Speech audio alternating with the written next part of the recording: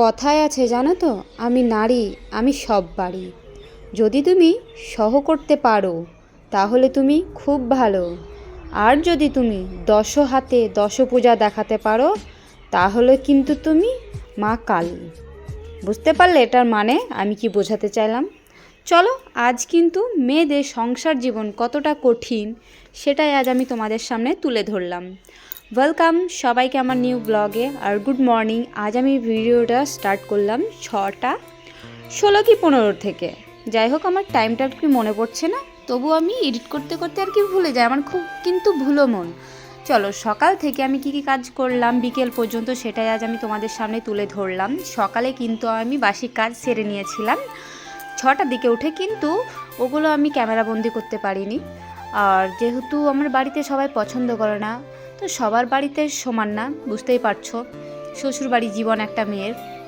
তো আজ আমি কিন্তু সকালবেলায় মাছ কাটলাম, ওটা তোমাদের সামনে ক্লিক নিয়েছি, ওটাই দেখালাম।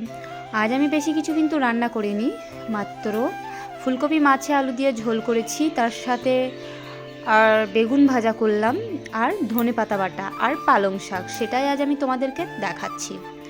আমি কিন্তু ওদিকে ঘরও মুছে নিয়েছি, ঘর মোছার পর কিন্তু মাছটা কেটেছি, মাছ কেটে নিয়ে কিন্তু আমি রান্নার জন্য সব গুছিয়ে নিয়ে চলে আসলাম রান্না করতে। ভাত আমার তো হয়ে গেছে দেখতে পেলে।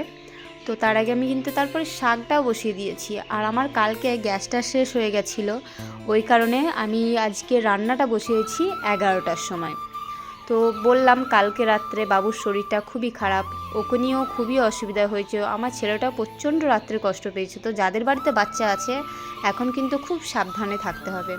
আমার কিন্তু এদিকে তরকারিটা কমপ্লিট হয়ে গেছে, আমি কিন্তু এবার ধনেপাতা বাটিয়ে নিলাম, বেটে নিয়ে এবার আমার বড়মশাই চলে এসেছে, তাকেও খাবার দিয়ে দিলাম, আমিও খেতে বসে পড়লাম এবং আমার ছেলেকেও খাইয়ে দিচ্ছি।